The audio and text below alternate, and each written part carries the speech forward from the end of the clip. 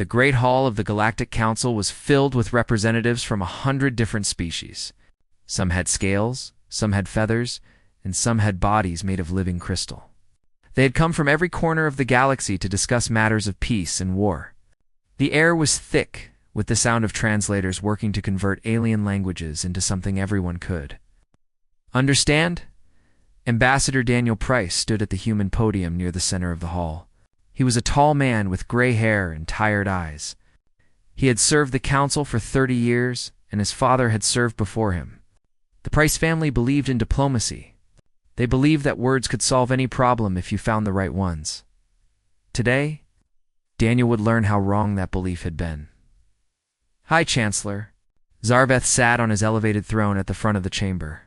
He was a Kathrani, a species with 4 arms and 4 eyes and skin the color of dark bronze. His people had founded the council 2,000 years ago, and they had led it ever since. When Zarveth spoke, the galaxy listened. Daniel watched as the High Chancellor rose from his seat and unrolled a glowing document. The light from the document cast strange shadows across his alien face. Something about his expression made Daniel's stomach tighten with worry. "The Galactic Council has reached a decision regarding the human species," Zarveth announced. His voice echoed through the chamber, and the translators carried his words to every ear. "After careful consideration of all relevant factors, we have determined that humanity presents an unacceptable risk to galactic stability." Daniel felt the blood drain from his face. Around him, he could hear murmurs spreading through the chamber like ripples in a pond. "For 300 years, humans have served this council faithfully," Zarveth continued. "You have been our peacekeepers and our mediators. You have saved lives and prevented wars. This service is acknowledged and appreciated." He paused, and his 4 eyes blinked one after another in a pattern that Daniel had learned to recognize as discomfort. "However, your species grows too quickly. Your technology advances too rapidly. Your military becomes stronger with each passing decade. The projections are clear. Within 200 years, humanity will possess the capability to challenge any species in this galaxy. Within 500 years, you could dominate us all." Daniel gripped the edges of his podium. "High Chancellor, with respect, we have never shown any desire to dominate anyone. We have only ever sought to help, and that is precisely the problem, Ambassador." The voice came from his left. Daniel turned to see the Valkyrie representative rising from her seat. Her body was made of living crystal that caught the light and scattered it in rainbow patterns. Her people were ancient and proud, and they had never liked humanity. "You help everyone. You make yourselves essential. You weave yourselves into the fabric of galactic society until no one can imagine existence without you." She gestured with one crystalline arm. "The Cathari plague that swept through the Outer Rim. Who developed the cure? Humans. The border war between the Vorn and the Thessany. Who brokered the peace? Humans. The rescue of the mining colony on Praxis 7. Who sent ships when no one else would? Humans. These are accusations of being helpful," Daniel said. "I fail to see how they justify whatever you are planning." High Chancellor Zarveth raised one of his 4 hands for silence. "The Council has voted to implement Protocol 17. The chamber erupted in noise.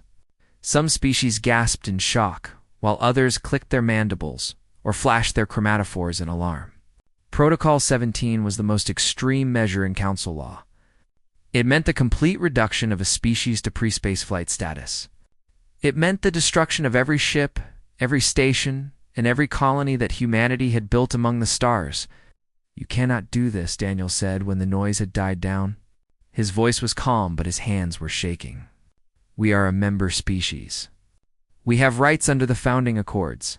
Your rights were contingent on your continued benefit to galactic stability," Zarveth replied. "You have become a threat to that stability." The vote was unanimous. Daniel looked around the chamber. He looked at the Kethari delegation whose people would have been wiped out by plague without human medicine. He looked at the Vorn, whose endless war would have destroyed 2 civilizations if not for human diplomacy. He looked at species after species that humanity had helped and protected and saved. Not one of them would meet his eyes. "How long do we have?" Daniel asked quietly. The enforcement fleet will depart in 72 hours, Zarveth said. Your outer colonies will be processed first. Earth itself will be last. We grant this delay as a courtesy to your historical significance. Daniel nodded slowly. He had prepared for many outcomes when he woke up this morning. He had prepared for trade disputes and territorial negotiations and the usual petty conflicts that occupied the Council's time. He had not prepared for this, but someone had. He reached into his pocket and withdrew a small device no larger than his thumb. It was a quantum communicator linked to a network that the Council did not know existed.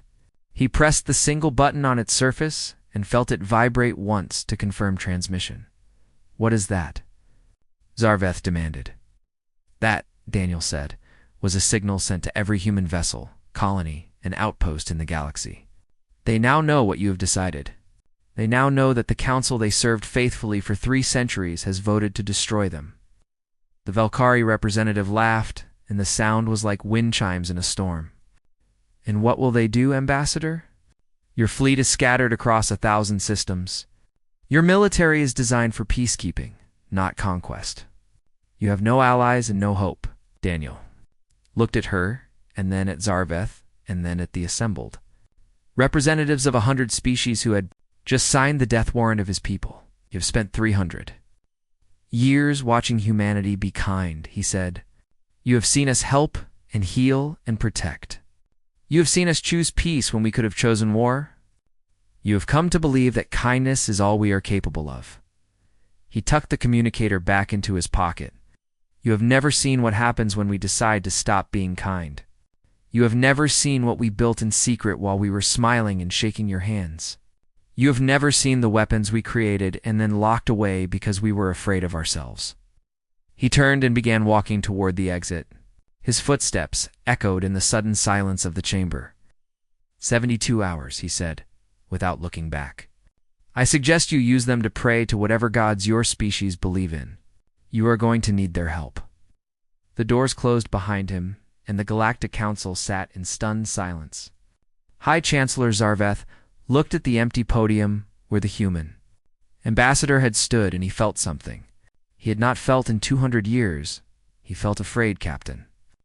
Laura Mitchell was standing on the bridge of the carrier, steadfast when the message arrived. She was a woman of 43 years with short brown hair and eyes that had seen too many battles.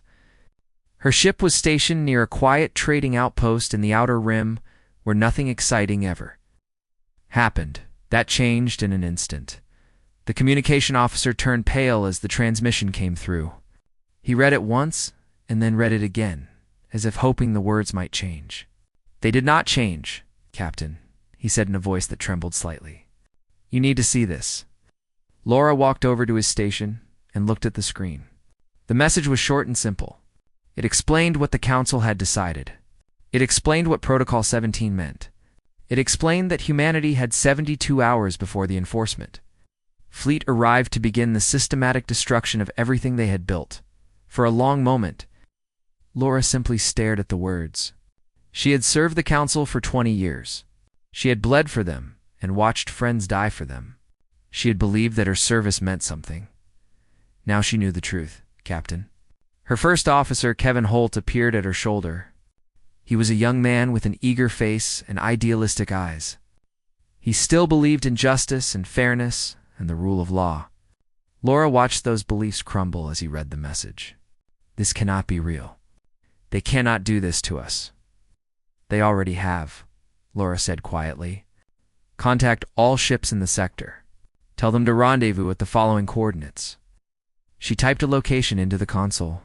It was a dead system with no planets and no resources. The Council had no interest in it, and neither did anyone else. That was exactly why humanity had chosen it as the location for their greatest secret. What is at those coordinates? Kevin asked. Something we hoped we would never need. Within 6 hours, the first ships began arriving. They came from everywhere. Frigates and destroyers appeared out of hyperspace with their crews still trying to understand what had happened. Medical vessels arrived carrying doctors who had dedicated their lives to healing alien species that now wanted them dead. Cargo haulers came loaded with supplies that would never reach their intended destinations. Research stations. detached from their orbits and limped through space on emergency power. Mining ships abandoned their claims and pointed their noses toward the rendezvous point.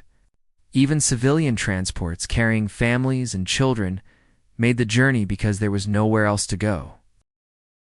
Laura stood on the observation deck and watched them arrive. Each ship that appeared was another piece of humanity's scattered presence in the galaxy coming home. Each ship carried people who had just learned that their entire way of life was about to be erased. The last vessel to arrive was a small diplomatic shuttle. It docked with the Steadfast, and a single passenger disembarked. Laura recognized him immediately. "Ambassador Price," she said, as she met him in the hangar bay. "I was not expecting to see you here." Daniel Price looked like he had aged 10 years in the past 12 hours. His suit was wrinkled, and his eyes were red from lack of sleep. But there was something hard in his expression that Laura had never seen before. "Captain Mitchell," he replied. "I came to deliver something." He reached into his coat and withdrew a small data chip. It gleamed under the harsh lights of the hangar bay. "What is this?" Laura asked. 30 years of work." Daniel pressed the chip into her hand. "This contains the complete defensive layouts of every Council species, their fleet positions and patrol routes, their communication protocols and emergency frequencies, their weaknesses and vulnerabilities." Laura stared at him. "You gathered intelligence on our allies?" "I gathered intelligence on species that I suspected might one day become our enemies." Daniel's voice was heavy with exhaustion. "I hoped I was being paranoid. I hoped that my precautions would never be necessary. I spent 30 years praying that I was wrong about the Council." He gestured at the ships floating outside the observation windows. "I was not wrong." Laura closed her fingers around the chip. It felt heavier than its small size would suggest. "What about Earth Command? What are their orders?" Daniel met her eyes. "Earth Command has authorized Protocol Omega." The words hung in the air like a thunderclap. Protocol Omega was humanity's darkest secret. It was the contingency plan for the scenario that everyone had prayed would never occur. It meant the end of diplomatic restraint. It meant the activation of weapons and technologies that humanity had developed in secret and then locked away because they were too terrible to use. "Are you certain?" Laura asked. "I delivered the message myself. The authorization came directly from the Joint Chiefs. Every human military commander in the galaxy now has permission to open the sealed vaults and deploy whatever they find inside." Laura thought about what was hidden in those vaults. She thought about the weapons that human scientists had created during the darkest hours of their history. She thought about the technologies that could crack planets and poison stars and turn entire fleets into drifting tombs. She thought about the fact that humanity had built all of these things and then chosen not to use them. "Council called us a threat," she said slowly. "They said we were too dangerous to be allowed to survive." "They were right," Daniel replied. "We are dangerous. We have always been dangerous. The difference is that for 300 years we chose to be gentle instead." He walked to the observation window and looked out at the gathered fleet. More ships were arriving every hour. The dead system was becoming crowded with vessels of every size and shape. "They betrayed us because they were afraid of what we might become," Daniel said. "Now they are going to learn what we already are." Laura joined him at the window. Out there in the darkness between stars, a massive structure was becoming visible. It was a shipyard hidden inside a hollowed asteroid. For 200 years, humanity had been building ships there in secret. Ships that were faster and stronger and deadlier than anything the Council had ever seen. "How many do we have?" she asked. "Enough," Daniel replied. "Enough to make them regret what they have done. Enough to show them that the peacekeepers they relied upon were always wolves dressed as shepherds."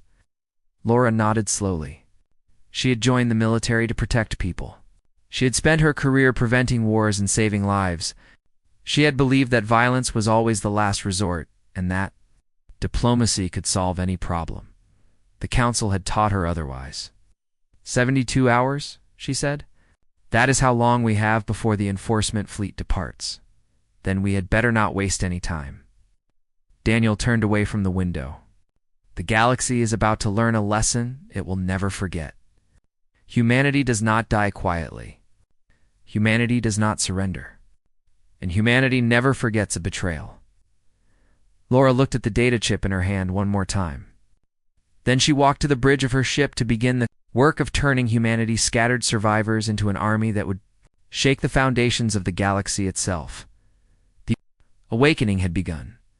Admiral Gregory Cole had spent 40 years preparing for a day he hoped would never come. Now that day had arrived, and he stood in the war room of a station that did not officially exist. The station was called Prometheus Base, and it was hidden inside a gas giant in an uncharted system. No council map showed its location. No alien eye had ever seen its corridors. This was where humanity kept its secrets. The war room was filled with screens and holographic displays showing information from across the galaxy. Red icons marked the positions of council ships. Blue icons marked the locations of human vessels. Green icons marked the hidden bases and weapons platforms that humanity had built over 2 centuries of careful preparation. There were a lot of green icons. The enforcement fleet is assembling near Nexus Prime, reported General Patricia Lane. She was a stern woman with gray hair pulled back in a tight bun. Her voice was calm, but her eyes showed the same cold fury that burned in every human heart. Current count is over 10,000 ships from 12 different species. Gregory studied the display. 10,000 ships was an overwhelming force. The Council had gathered enough firepower to crack planets and burn civilizations. They wanted to make absolutely certain that humanity would not survive in our forces. He asked, 800 combat-capable vessels at current count. More are arriving every hour as ships make their way to the rendezvous points. 800 against 10,000. Gregory shook his head slowly. Those are not good odds. No, sir. If we fight them directly, we will lose. Gregory turned to face the assembled officers.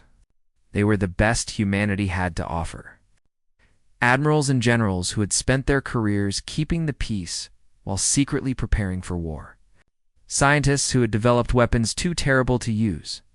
Engineers who had built ships too advanced to reveal. They had all hoped their work would never be needed. Now they were grateful it existed. We cannot win a straight fight, Gregory said. The Council has more ships and more firepower and more soldiers than we could ever hope to match.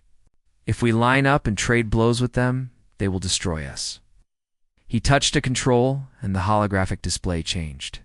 Instead of showing fleet positions, it now showed something else. 17 points of light appeared scattered across the galaxy. Each one marked a critical piece of Council infrastructure. But we are not going to fight straight, Gregory continued. We are going to fight smart. These 17 locations represent the most important targets in Council space. Communication relays that connect their fleets. Shipyards that build their vessels. Command centers that coordinate their operations. He pointed at each target in turn. We are going to hit all 17 simultaneously. Strike teams will use the stealth technology we have kept hidden from Council inspectors. They will appear without warning and disable their targets before anyone can respond. They will show the Council that we can reach anywhere and strike anything. General Lane frowned. That will hurt them, but it will not stop them. They will still have their enforcement fleet. Correct. But hurting them is not the goal. The goal is fear. Gregory's voice hardened. The Council decided to destroy us because they were afraid of what we might become. Now we are going to show them what we already are. We are going to demonstrate that the cost of attacking humanity is higher than they are willing to pay. A young officer raised her hand. Sir, what if fear is not enough? What if they decide to attack anyway? Gregory was silent for a moment. Then he walked to a sealed door at the back of the war room. The door was made of reinforced steel, and it had no handle or keypad. It could only be opened by a specific genetic signature combined with a voice command. Behind this door, Gregory said quietly, are the weapons we hoped we would never use. Self-replicating machines that can consume entire fleets. Bombs that tear holes in the fabric of reality itself. Viruses that can turn any computer system against its creators. He turned to face his officers. We developed these weapons because humanity has always understood one truth. The universe is dangerous and survival requires preparation. We built these nightmares and then we locked them away because we chose to believe in peace instead of war. His hand rested on the cold steel of the door. If the Council forces us to open this door, then we will open it. And when we do, the galaxy will burn. Not because we want it to burn, but because we will not allow our species to die without a fight. The room was completely silent. Every officer understood what Gregory was saying. They were not just planning a military response. They were preparing to unleash horrors that could reshape the galaxy itself. The Council needs to understand something, Gregory continued. We did not become peacekeepers because we were weak. We became peacekeepers because we were so dangerous that we scared ourselves. We chose gentleness because the alternative was too terrible to consider. He walked back to the main display and began outlining the specific details of the operation. Strike teams were assigned to their targets. Ship captains received their orders. Engineers activated systems that had been dormant for decades. When the briefing was complete, Gregory stood alone before the communication console. It was time to issue the command that would set everything in motion. Every human in the galaxy was waiting to hear what came next. He typed 3 words into the console and transmitted them across the hidden network that connected all of humanity. The words were simple. Remember what we are. Within minutes, the response began pouring in. Ship captains confirmed their orders. Strike team leaders reported ready status. Hidden bases powered up their weapons and prepared for war. Gregory watched. The reports scrolled across his screen and felt a strange mixture of pride and sorrow. He was proud of what humanity had built in secret. He was proud of the strength and determination of his people. But he was sorrowful that it had come to this. We gave them 300 years of loyalty, he said to himself. We gave them our best and brightest. We gave them cures for their diseases and solutions for their conflicts. We gave them everything we had. He thought about the council chamber where Ambassador Price had received the death sentence of the human race. He thought about the alien faces that had refused to meet the ambassador's eyes. He thought about the casual cruelty of a civilization that would destroy its most faithful servants out of fear. And this is how they repay us.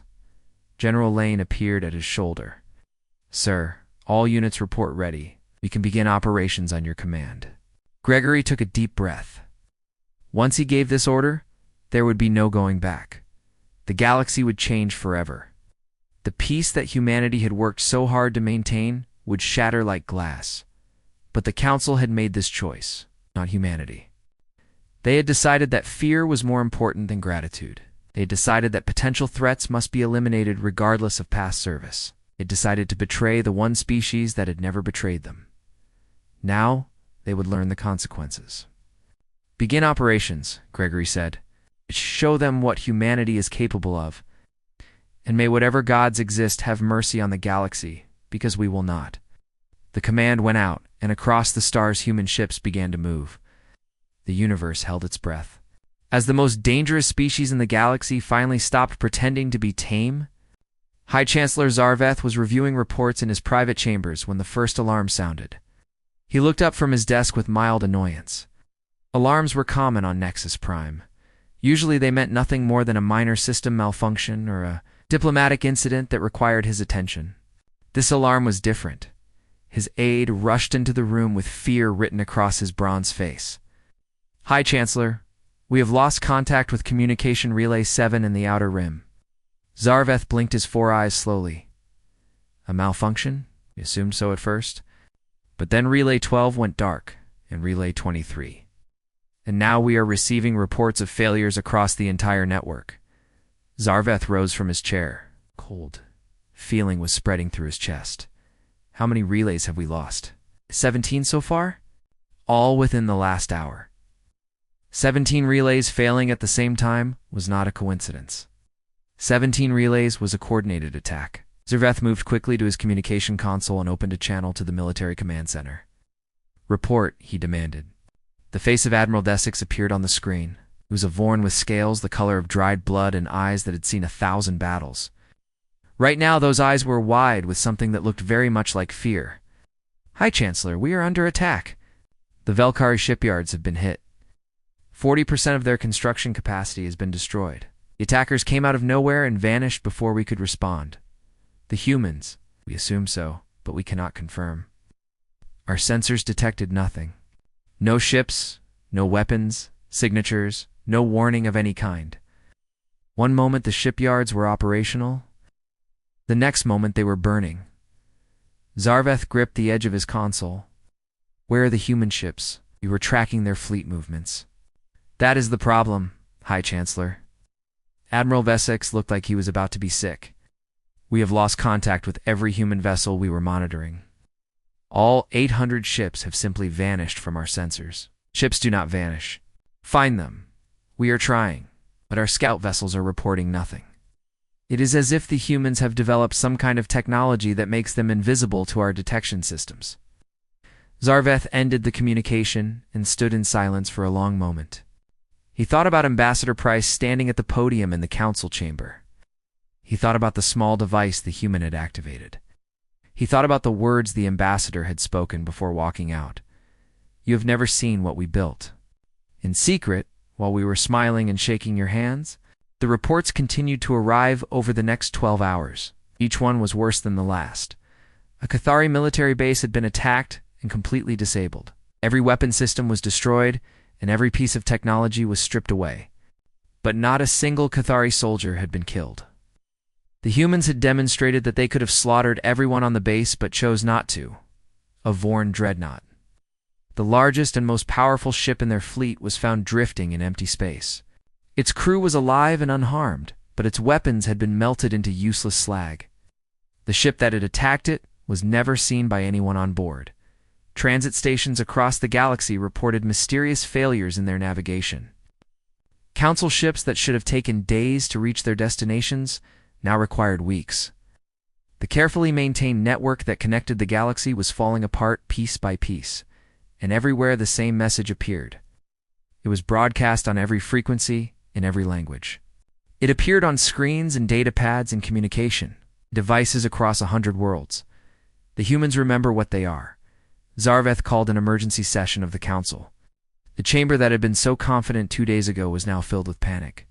Representatives shouted at each other in a dozen languages. Accusations flew back and forth like weapons. We must accelerate the attack, the Vorn representative demanded. His scales had turned pale with fear and anger. Strike at Earth now before they can do more damage. With what? The Cathari delegate slammed his fist on his podium. Half our fleet cannot even reach Earth without the transit network. The humans have crippled our ability to project force. Then we negotiate. Another voice called out, offer them terms. Tell them we will cancel Protocol 17 if they stand down. Zarveth shook his head. We voted unanimously to destroy them. Every species in this chamber agreed that humanity must be eliminated. Do you truly believe they will forget that? Do you believe they will trust any promise we make now? The chamber fell silent. No one had an answer. Then a new voice filled the room. It came from the speakers built into the walls. It came from every communication device in the chamber. Somehow, impossibly, someone had broken through the most secure systems in the galaxy. High Chancellor Zarveth. The voice was human. It was calm and controlled, and utterly without fear. My name is Admiral Gregory Cole. I thought you should know that we have completed the first phase of our response to your betrayal. Zarveth looked around the chamber. Every representative was frozen in place, staring at the speakers as if they might attack at any moment. As you have noticed, Gregory continued, we have demonstrated that we can reach any target in the galaxy without detection. We have shown that your defenses are useless against us. We have proven that the species you tried to destroy is far more capable than you ever imagined. What do you want? Zarveth managed to ask. I want you to understand something important. For 300 years, humanity chose to be your allies. We chose to be peaceful. We chose to help you and protect you and heal you. We did this because we believed that cooperation was better than conflict. There was a pause, and when the Admiral spoke again, his voice was harder. You have taught us that we were foolish to believe such things. You have shown us that no matter how much we give you, we'll always see us as a threat to be eliminated. So now we are going to show you what you were actually afraid of. The holographic display in the center of the chamber flickered. The image, changed to show something that made every representative in the room stop breathing. Human ships. Not 800, but thousands. Hidden bases scattered across the galaxy in systems that the Council had never bothered to explore. Weapons platforms orbiting dead moons and forgotten asteroids. An entire infrastructure of war that humanity had built in secret while pretending to be harmless. "This is what we hid from you," Gregory said. "This is what we could have used to conquer the galaxy 100 years ago. We chose not to. We chose peace and friendship and service." His voice dropped to something that was almost a whisper. "You chose differently. Now you will live with the consequences. Within 48 hours, every human asset will be in position. If your enforcement fleet does not stand down and return home, we will consider it an act of war. If the Council does not revoke Protocol 17 and issue a formal apology, we will begin systematic strikes against every military installation in the galaxy." Zarveth found his voice. "You cannot win. Even with your hidden forces, we still outnumber you." "Probably," Gregory agreed. "But by the time you finish destroying us, there will not be much of a galaxy left. Is that what you want, High Chancellor? Is your fear of what we might become worth the certain destruction of what we can do right now?" The transmission ended, and the chamber remained silent. Zarveth looked at the holographic display showing the true extent of human military power.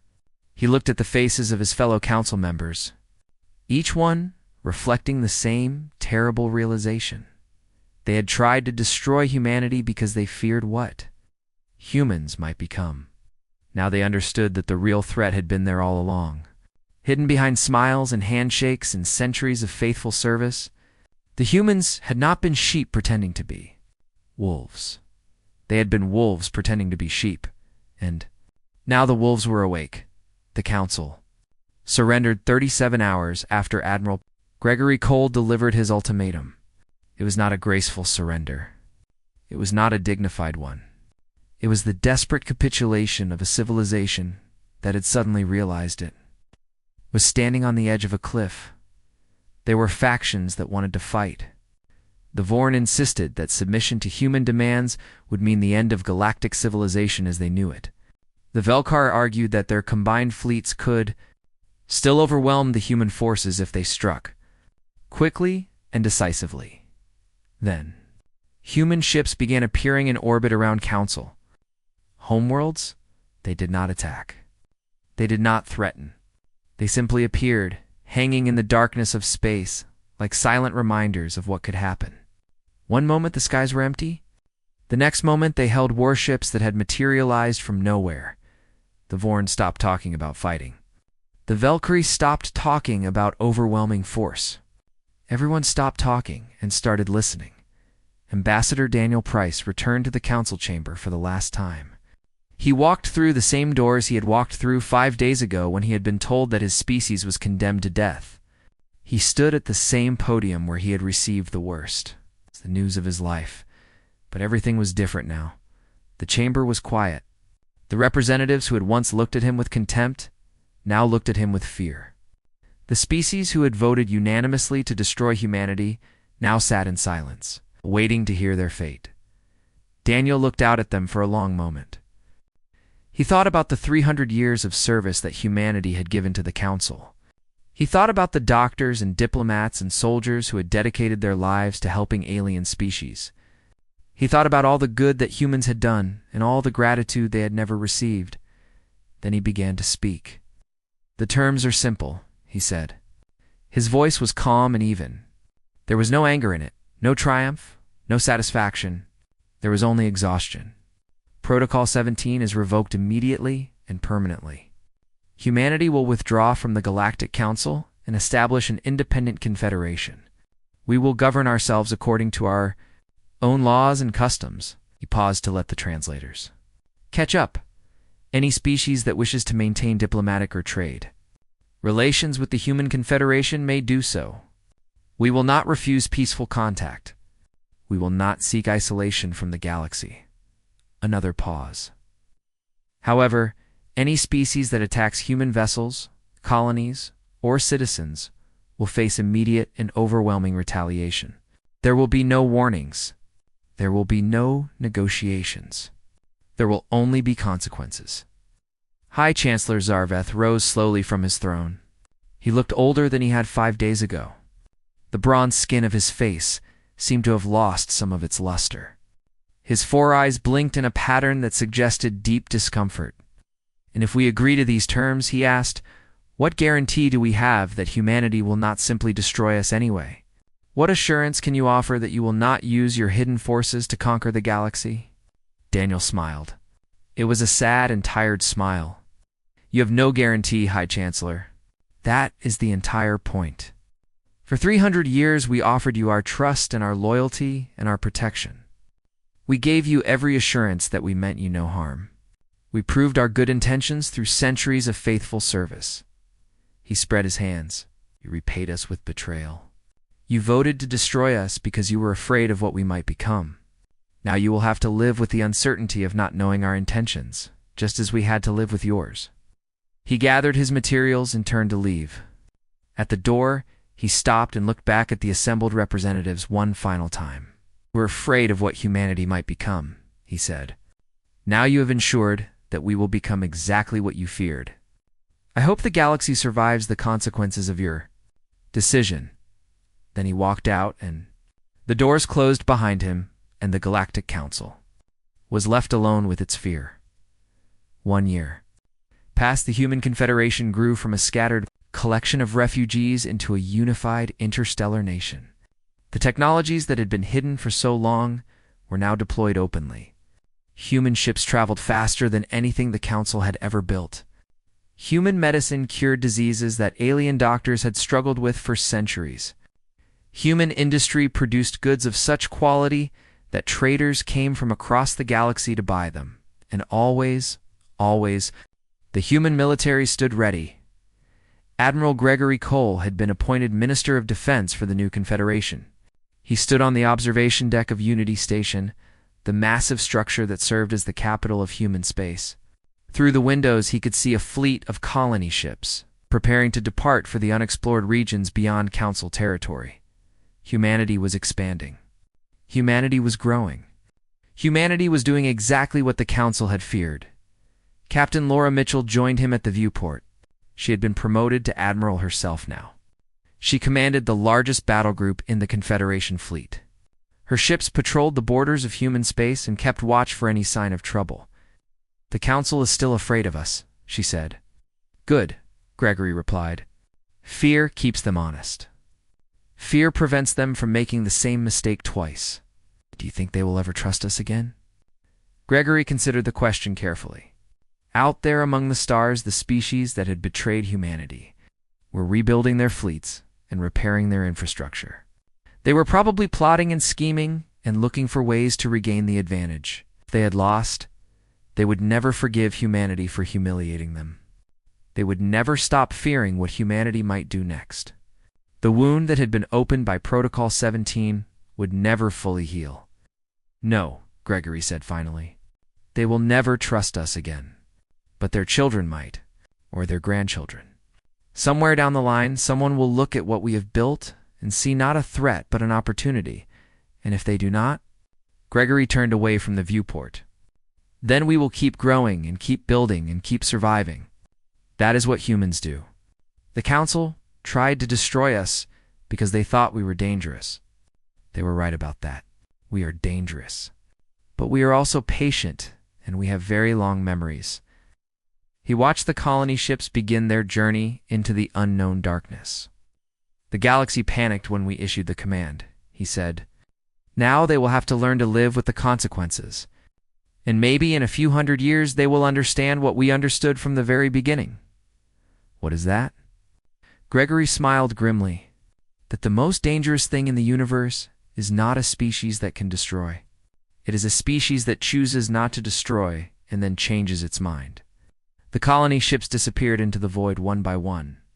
They carried the future of humanity toward distant stars where no alien had ever traveled. Behind them, the Galactic Council watched and worried and wondered what would come next. The humans had remembered what they were. They had shown the galaxy the truth that had been hidden behind 3 centuries of kindness and service. They had proven that the gentle healers and patient diplomats had always been warriors in disguise, and the galaxy would never forget. The old order was dead. The new order had begun. And somewhere out there in the darkness between stars, humanity was building something new, something powerful, something that would shape the future of the galaxy for millennia to come. The Council had betrayed humanity, and humanity had answered with a command that shook the immense foundations of civilization itself. Now the galaxy would have to live with the consequences forever.